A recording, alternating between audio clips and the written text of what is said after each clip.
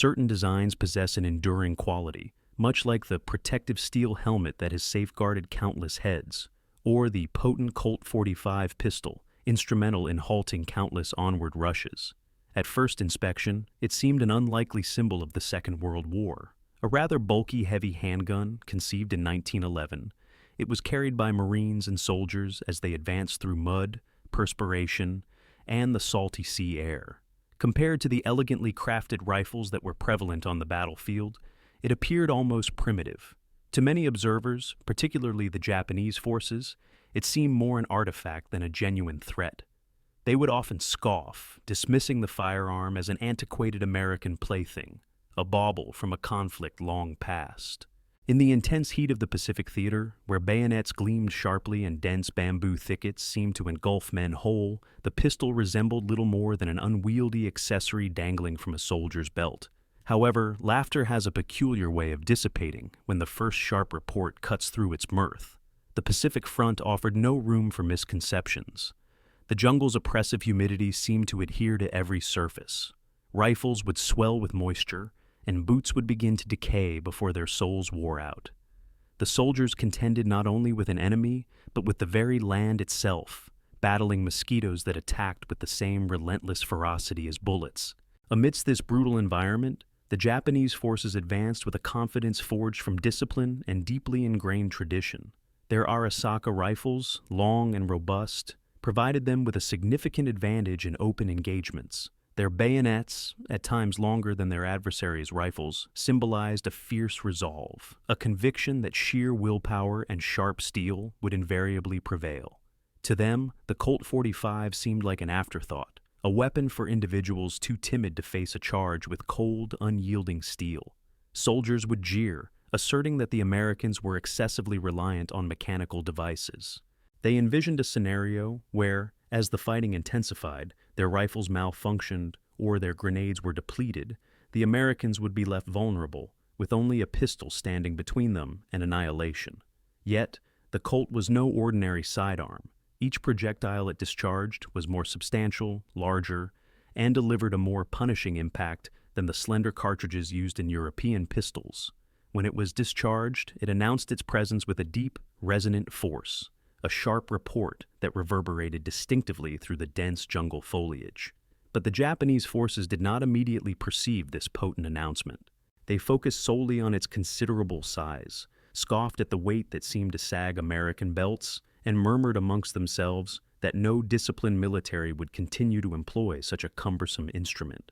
For the American soldiers, however, the pistol held a far more significant meaning. It was not merely an adornment, but a crucial safeguard, a final assurance that amidst the chaos of an assault or the suffocating darkness of a defensive position, a soldier would not be left defenseless.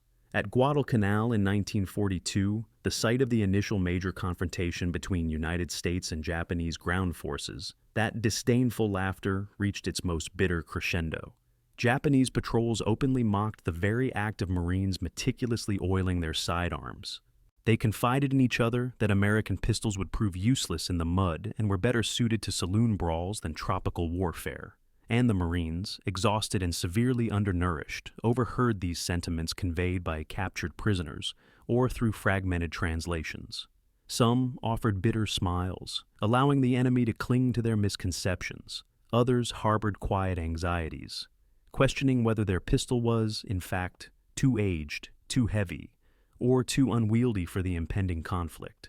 Weapons carried reputations, and reputations possessed the capacity to either bolster or erode a soldier's courage. But reputations are invariably reshaped by experience. One evening, as the shadows stretched languidly across the palm trees and the chirping of crickets momentarily drowned out the distant gunfire, a young Marine named Charles Evans was meticulously cleaning his Colt. His fingers moved with an almost instinctive, practiced rhythm. Slide retracted, chamber inspected, barrel wiped clean. Around him, older men sat in quiet contemplation, their cigarettes glowing softly. One of them leaned in, his voice a low murmur. "They are laughing now. Let them. They will soon discover the truth." Evans glanced down at the weapon in his hands. It possessed no inherent beauty. Its finish was dulled by the persistent salt spray. Its grip was worn smooth from countless hands. Yet, in its substantial weight, he perceived a profound sense of stability, an unyielding presence, as if the pistol itself refused to yield to doubt.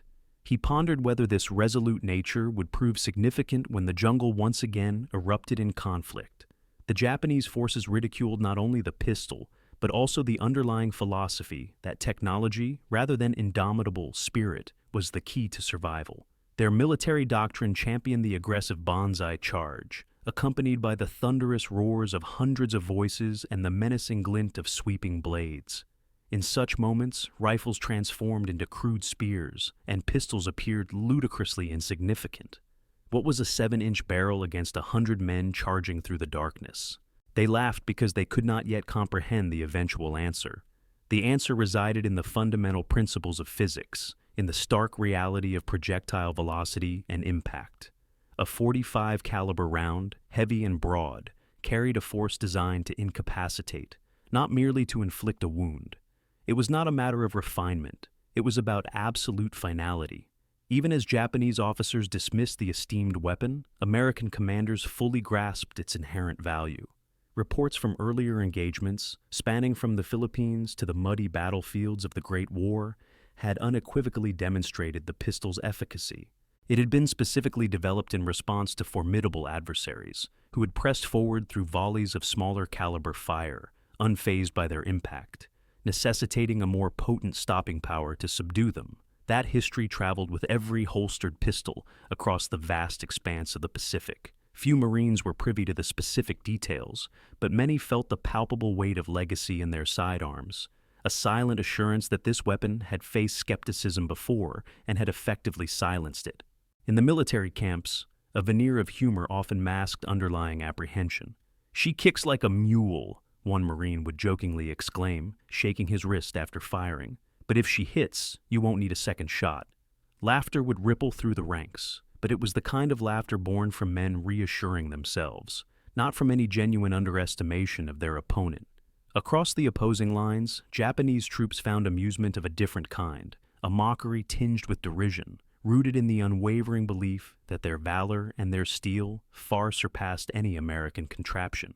The atmosphere between the two armies was thick with the sounds of mirth, but it was a fragile sound, one destined to shatter. As twilight descended upon Guadalcanal, the jungle seemed to stir with an unsettling restlessness. The moon concealed itself behind drifting clouds, and somewhere beyond the perimeter defenses, voices began to gather. The Marines tightened their grips on their rifles, their grenades, and their pistols.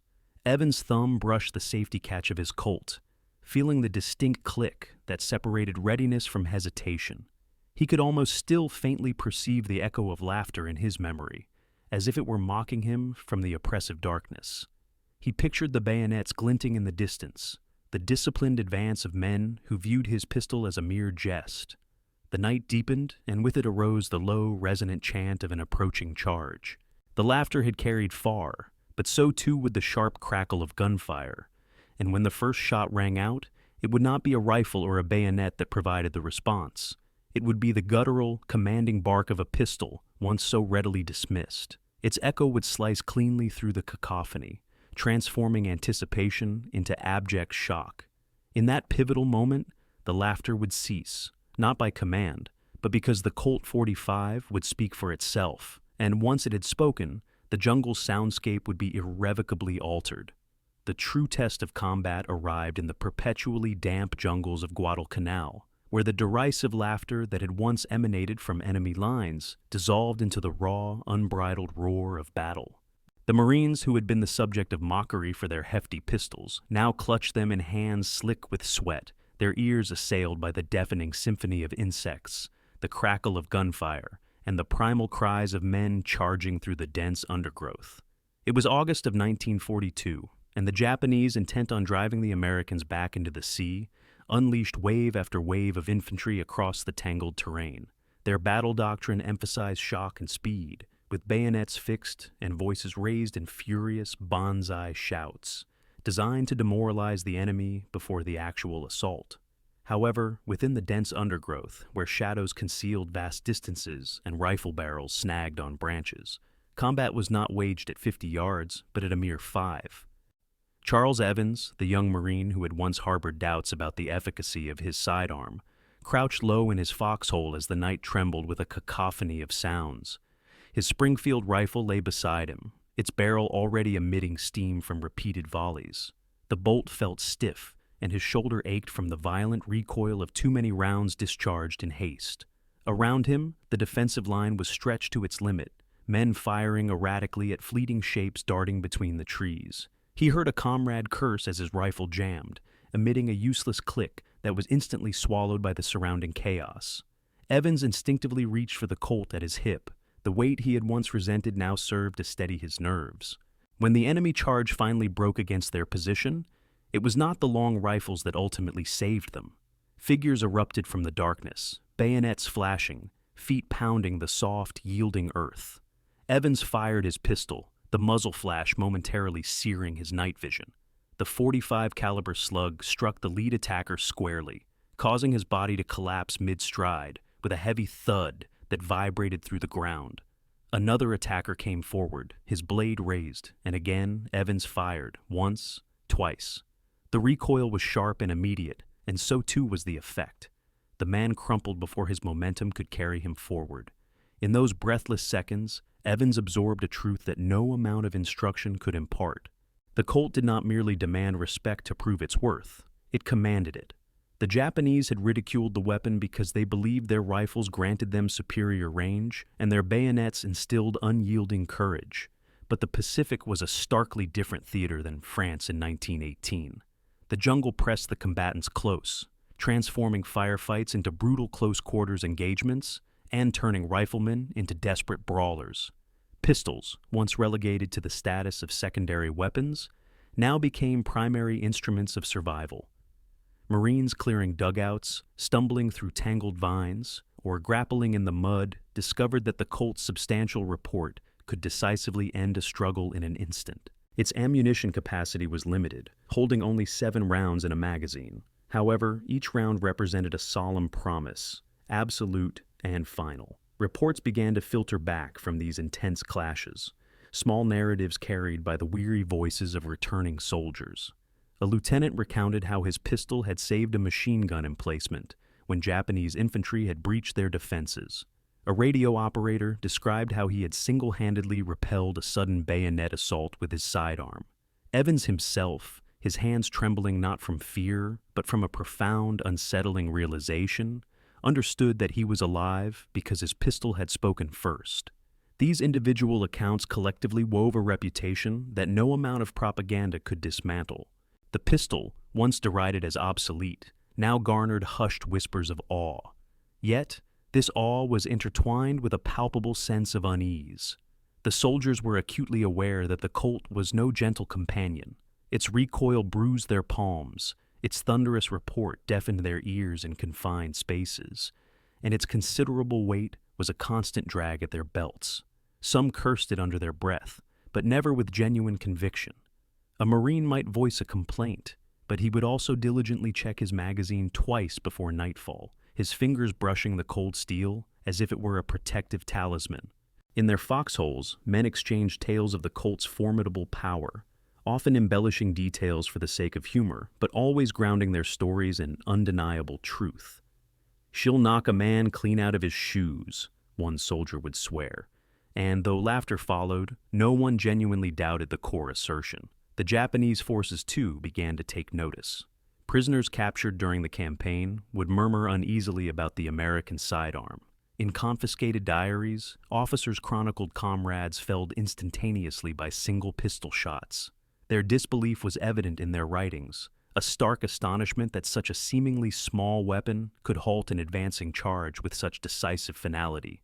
For a culture that held the bayonet and the sword in high esteem as extensions of a warrior's spirit, the Colt represented something alien, something undeniably brutal and effective. It was not noble steel, it was mechanical certainty. Nevertheless, the Marines did not imbue it with romanticized notions. They lived too intimately with the specter of death to indulge in such fantasies. For them, the Colt was simply a practical necessity. It was the weapon they reached for when their rifle failed, when the jungle obscured all vision, when a shadow lunged unexpectedly from the dense foliage. Evans found himself cleaning his Colt more frequently than his rifle, not out of affection, but out of sheer necessity. Each time he reassembled the weapon, he recalled the sounds of bodies falling in the darkness, a memory that brought with it both a sense of relief and a heavy burden. He no longer doubted the pistol, but he could not entirely forget the grim consequences that belief in its efficacy entailed. As the Guadalcanal campaign ground on, the pistol evolved into a quiet equalizer. Marines under attack in the inky blackness preceding dawn trusted that, if nothing else, they could still retaliate with 7 substantial rounds. The weapon that had once been the object of ridicule had become the slender barrier between survival and oblivion. The triumphant laughter of the Japanese forces had faded from the jungle, replaced by their pained cries as their assaults met the relentless gunfire and by the dull thuds of bodies impacting the mud. For the American soldiers, this represented a somber vindication. However, vindication in wartime is invariably a fragile commodity. Evans would later confide in a letter home, "The pistol performs its duty, but one never truly stops hearing the echo." That echo was more than mere sound. It was the lingering memory of abrupt endings, of the sharp, decisive line between life and death, drawn by the simple pull of a trigger. The Colt instilled confidence, but it also demanded a reckoning. Men who discharged it carried not only the burden of survival, but also the indelible memory of those it had dispatched with absolute finality. The jungle had baptized them into this stark truth.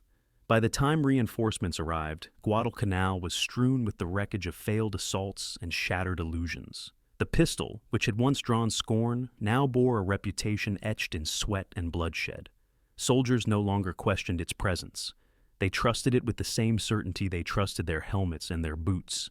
Evans, once a skeptic, now touched its grip with an unconscious reverence, not from pride, but from a deep-seated recognition of its profound impact. The weapon had proven itself beyond any shadow of a doubt. Yet, Guadalcanal was merely the initial phase. Other islands awaited, each with its own dense jungles, treacherous caves, and desperate enemy charges.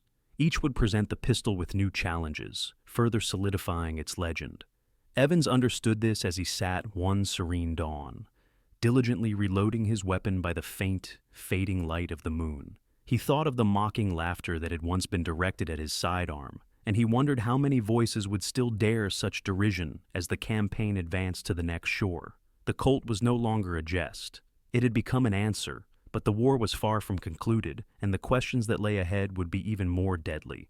The conflict did not abate following Guadalcanal. Victory on one island merely opened the gateways to another, and the Marines carried their battle scars forward as if they were permanent ink.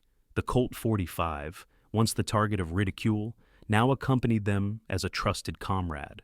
Aboard transport ships bound for Tarawa, Saipan, and Palaliu, the men adjusted their holsters with a familiarity that bordered on a sacred ritual. In their minds, the pistol had transcended its role as a backup weapon, becoming an integral extension of their very survival. Charles Evans, no longer the hesitant young man who had once doubted his sidearm, now checked his magazines with a soldier's ingrained superstition, as if ensuring that each round was a promise he might be compelled to redeem. The Pacific campaign had devolved into an island-by-island crucible, and the Colt's voice would resound within each fiery encounter. Tarawa, in November of 1943, starkly illustrated the brutal proximity of close-quarters combat. The atoll was a mere 2 miles in length, a tiny speck of coral heavily fortified by the Japanese. Marines wading ashore through waist-deep water, burdened by their equipment and subjected to relentless fire, found themselves exposed as machine guns raked the surf. Many never even reached the sandy shore. Those who did manage to crawl into bunkers so confined that rifles became cumbersome liabilities. Grenades were deployed first, and when the smoke cleared, pistols were the weapons of choice. Evans observed a corporal beside him draw his Colt, its black frame gleaming under the sun, and fire into a dugout where movement was detected in the shadows. The report was deafening in the confined space.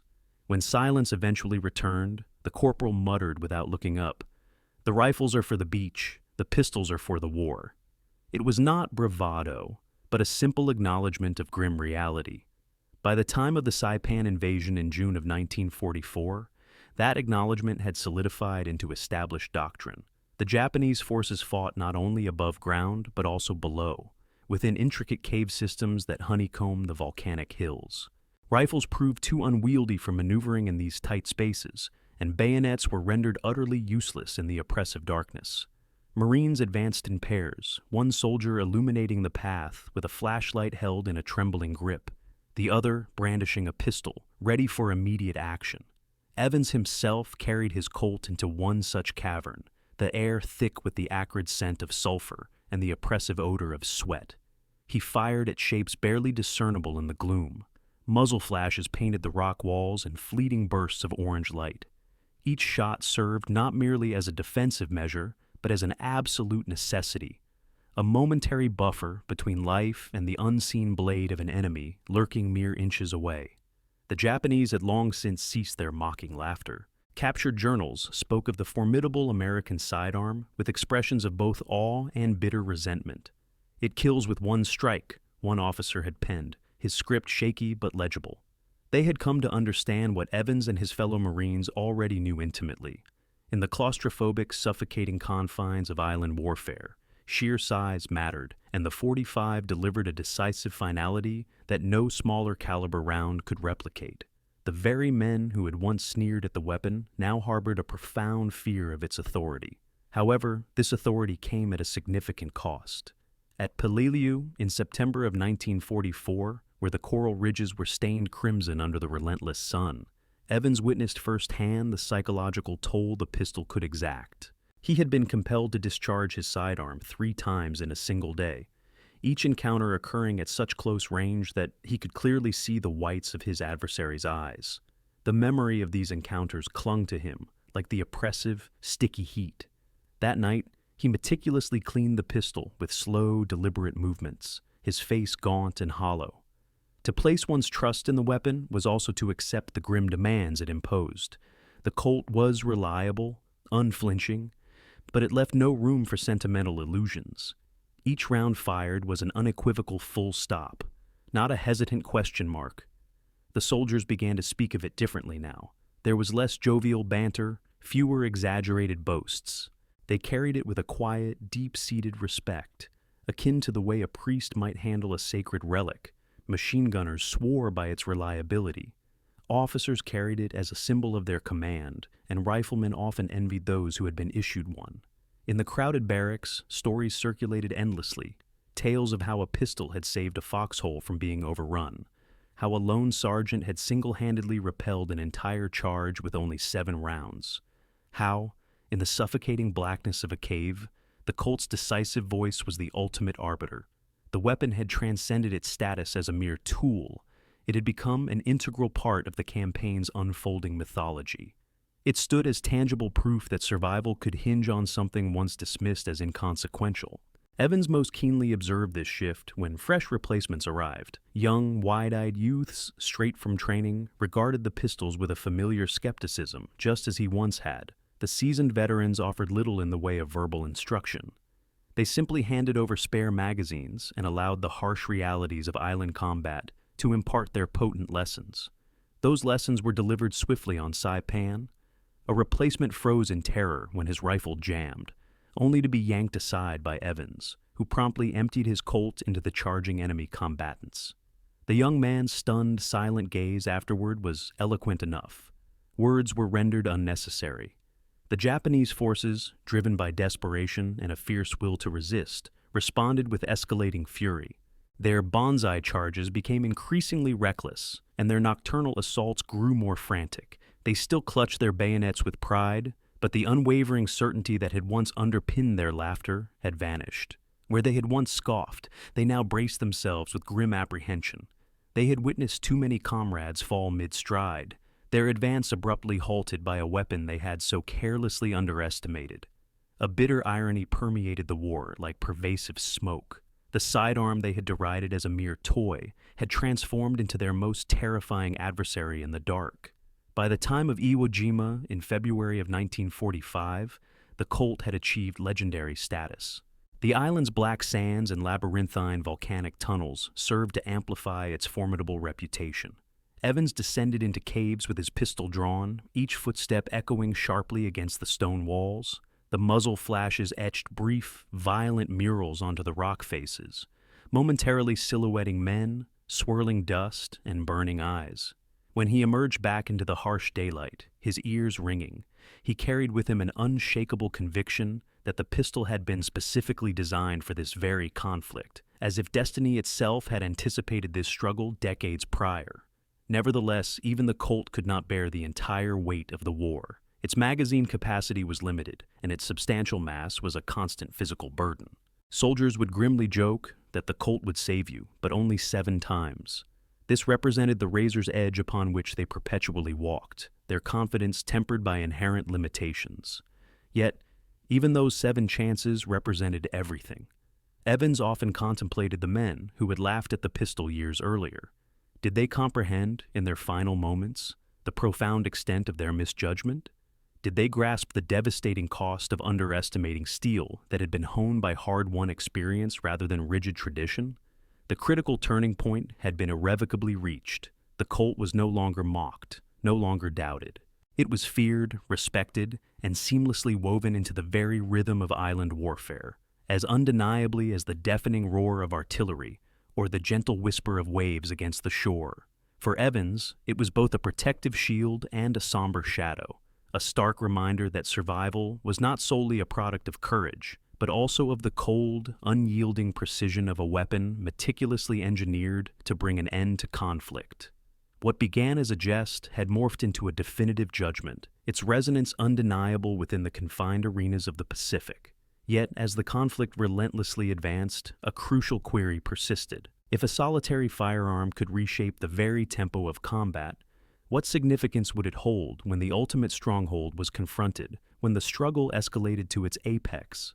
Charles Evans, physically depleted but spirit unbroken, recognized the Colt's presence, ready to impart its stark pronouncements. However, even he had yet to grasp the profound extent to which its pronouncements would reverberate as the war approached its conclusion.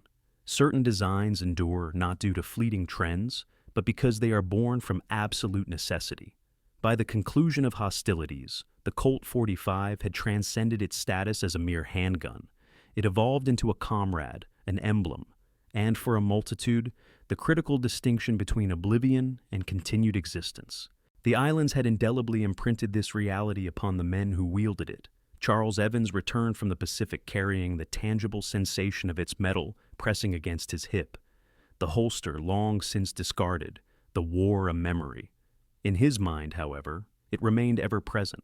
When he recounted his wartime experiences years later, his narrative seldom delved into strategic maneuvers or the pronouncements of commanding officers. Instead, his words invariably turned to the firearm that had silenced merriment, the instrument that had met an assault with unyielding finality and fundamentally altered his perception of perseverance. The enduring impact of the Colt was indelibly etched in perspiration, acrid smoke, and an unnerving quiet. Across Guadalcanal, Tarawa, Saipan, Peleliu, and Iwo Jima, soldiers discovered that survival frequently necessitated engaging at distances where the exhalation of breath and the grip of fear became indistinguishable. While rifles possessed considerable reach and potency, they proved inadequate within the confines of caves and dense foliage. It was in these intimate spaces that the Colt truly excelled. Despite its limited capacity of 7 rounds per magazine, each projectile struck with an authority that no adversary could dismiss. A man might endure grievous harm from lesser caliber rounds, but a .45 caliber projectile brought the engagement to a definitive close. The Japanese, who had initially treated the weapon with disdain, documented their astonishment in their personal journals. Some expressed profound bitterness regarding comrades falling instantaneously, as if struck by an unseen force. Others offered a grudging acknowledgement, recognizing the weapon's formidable power. The pistol, once a source of amusement, transformed into a specter that haunted their advances.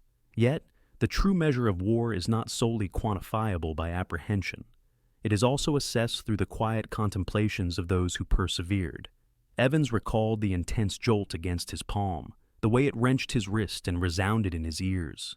He remembered how, in the aftermath, his hand trembled not from exhaustion, but from the profound weight of comprehending the consequence of that single shot. For him, the Colt's lasting impression lay not only in its incapacitating force, but in its ability to distill combat to its most elemental form: one combatant, one weapon, one singular opportunity. In those critical moments, history was not an overarching strategic blueprint, but a blinding flash and the reverberating impact of hardened steel. This legacy extended far beyond Evans' personal experience. Veterans throughout the Pacific carried their wartime memories into their peacetime lives, and when they spoke, the pistol was frequently a focal point. Some lauded its unwavering dependability amidst mud and relentless rain. Others praised the sense of assurance it provided during a desperate charge. Even those who rarely discharged it meticulously maintained it, cleaned it, and kept it close, as if acknowledging its role as a silent guardian. Correspondence home, personal memoirs, and oral accounts consistently echoed a singular sentiment: the Colt proved effective when all other options failed. It lacked refinement, but possessed unwavering loyalty. In the crucible of war, that alone was sufficient to render it legendary. Historians note that this particular firearm originated from an earlier conflict, the Philippine-American War, where smaller caliber rounds proved insufficient against resolute enemy assaults. John Browning's ingenious design addressed that deficiency with sheer, unadulterated stopping power. Decades later, in the Pacific Theater, his solution once again demonstrated its immense value. This continuity, this seamless fusion of design, intent, and practical application, became an integral part of the Colt's enduring mystique. Soldiers who carried it into the Second World War felt, even if they lacked specific knowledge, a sense of confidence that their weapon had already been tested in the fires of conflict and proven its worth. It was as though the pistol itself bore an intrinsic memory, whispering of past trials and its triumphant survival. The Japanese, deeply rooted in traditions of martial prowess and spiritual fortitude, encountered in the Colt a fundamentally different philosophy. Function prioritized over form, and an unyielding finality superseded aesthetic flourishes. Their bayonets gleamed, their blades curved with the weight of historical significance. However, against the blunt, decisive power of the .45 caliber round, such venerable traditions faltered. The pistol's lasting impact was not merely mechanical. It symbolized a seismic shift in the very nature of warfare, where industrialized ingenuity met age-old valor, and the manufactured often triumphed. It was a stark, sobering realization, etched into personal journals and silently absorbed by those who had once dismissed it with derision. In his later years, Evans would occasionally retrieve his sidearm from a drawer where it lay, bearing the scars of time and use. One evening, he presented it to his grandson, the boy's eyes widening with awe as he grasped the cool metal. "It's heavy," the child whispered. Evans simply nodded.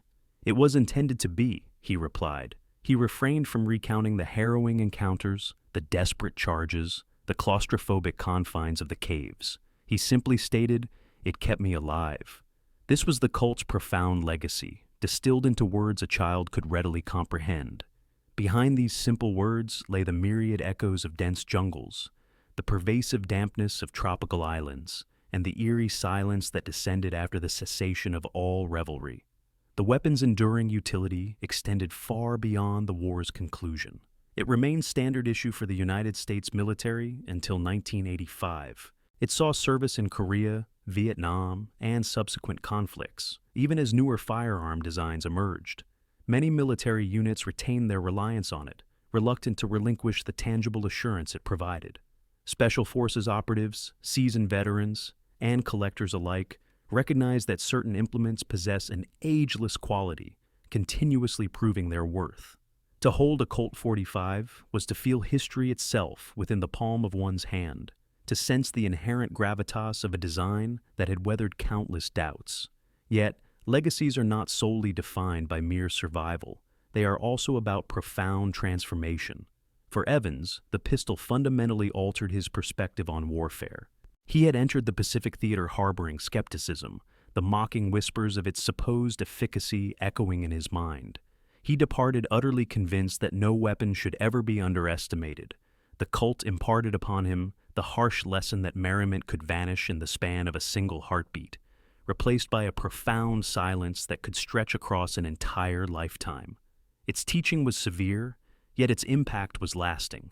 Never underestimate that which you do not fully comprehend. The weight of the pistol represented more than just its physical substance of steel. It embodied the burden of proof carried in the hands of every soldier. As the narratives of the war receded into the annals of history, the Colt became a relic, displayed behind glass enclosures, its metallic form reflecting the ambient museum lighting. Visitors perused informational placards detailing its design, its military service, and its operational statistics. However, veterans who stood before it perceived far more. They saw the spectral shadows of the jungle, the incandescent flash of a muzzle, the precise instant when laughter abruptly ceased. They remembered the lingering reverberation that had accompanied them all the way back home, the unyielding pronouncements of the pistol. To the general public, it was merely a manufactured object. To those who had borne its responsibility, it was a tangible embodiment of memory, forged in unyielding iron. Certain designs possess an enduring quality that transcends time. The protective helmet that safeguarded foreheads, the ubiquitous Jeep that transported personnel across treacherous terrain, and the Colt 45 that silenced mocking bravado. Its legacy was not rooted in triumphant glory, but in a grim, earned respect. It lay in its capacity to transform uproarious laughter into paralyzing fear, burgeoning doubt into unwavering trust, and the sheer act of survival into a powerful testament. Evans came to understand this deeply as he aged. His recollections, though gradually fading, never vanished entirely. He often spoke little of the war, but when prompted he would quietly utter, "The pistol spoke the truth."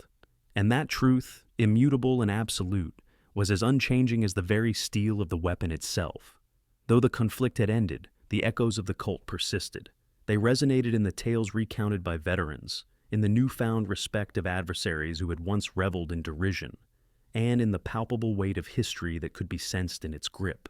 It was more than a mere instrument of combat. It was a definitive judgment, and even though the battles had ceased, its voice would continue to be heard, a quiet yet indomitable reminder to all who listened that some designs are timeless precisely because they cannot be disregarded.